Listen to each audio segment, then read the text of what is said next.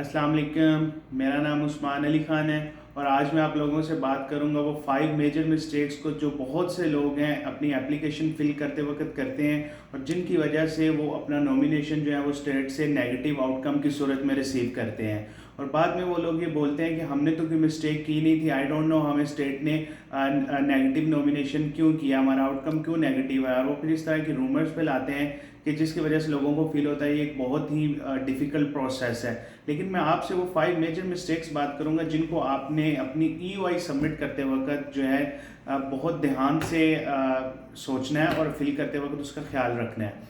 तो सबसे पहले जो है एक्स्ट्रा पॉइंट्स के बारे में मैं बात करूंगा EY में फिल करते वक्त। बहुत से कैंडिडेट्स हैं जब वो अपनी EY फिल करते हैं तो एक्स्ट्रा पॉइंट क्लेम कर देते हैं। फॉर एग्जांपल उन्होंने नाटी का एग्जाम नहीं दिया होता या वो इंटरनेशनल स्टूडेंट नहीं होते, उस पर क्लिक कर देते हैं।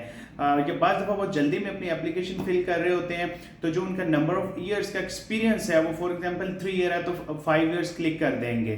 तो ये एक मेजर मिस्टेक है। आपने जब भी अपनी EY फिल करनी है तो आपने इस चीज़ का ख्याल रखना है कि जो पॉइंट्स आप उसमें क्लेम कर रहे हैं उसकी कंप्लीट डॉक्यूमेंटेशन आपके पास होनी चाहिए। उससे एक मार्क भी आप लोगों ने ज़्यादा क्लेम नहीं करना, क्योंकि बहुत से लोगों के नॉमिनेशन सिर्फ इसी वजह से वेस्ट हुए हैं।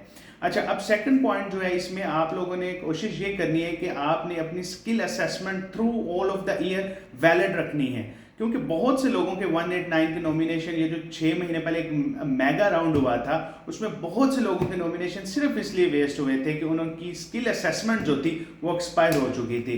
ऑल दो ऑस्ट्रेलिया ने कुछ न्यू रूल्स इंट्रोड्यूस किए हैं कि आप अपनी स्किल असेसमेंट जो है उसको रिवाइज कर सकते हैं, लेकिन अगेन बॉडीज के ऊपर इतना ज़्यादा लोड है इस टाइम पे, अगर वो आपको टाइम पे असेसमेंट रिन्यू नहीं करके देती तो आपका नॉमिनेशन वेस्ट हो जाएगा।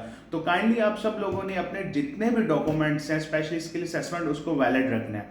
अच्छा, तीसरा पॉइंट जो है वो आपका वैलिड इंग्लिश एग्जाम का टेस्ट है।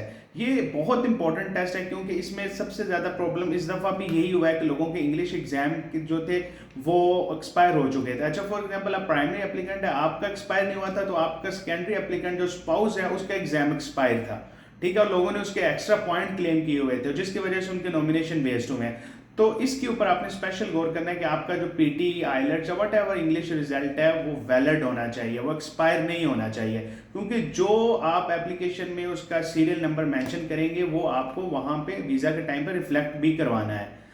ओके, फोर्थ पॉइंट ये है कि don't use fake documents, because mostly लोग ऐसे हैं जो फेक डॉक्यूमेंट यूज करें अपना एक्सपीरियंस को क्लेम करने के लिए। उस सिनेरियो में क्या होता है, डिपार्टमेंट होम अफेयर के पास स्पेशली जब स्टेट में एप्लीकेशन सबमिट करते हैं तो आपका नॉमिनेशन अप्रूव कर देते हैं क्योंकि उनके पास इतने रिसोर्सेज नहीं होते।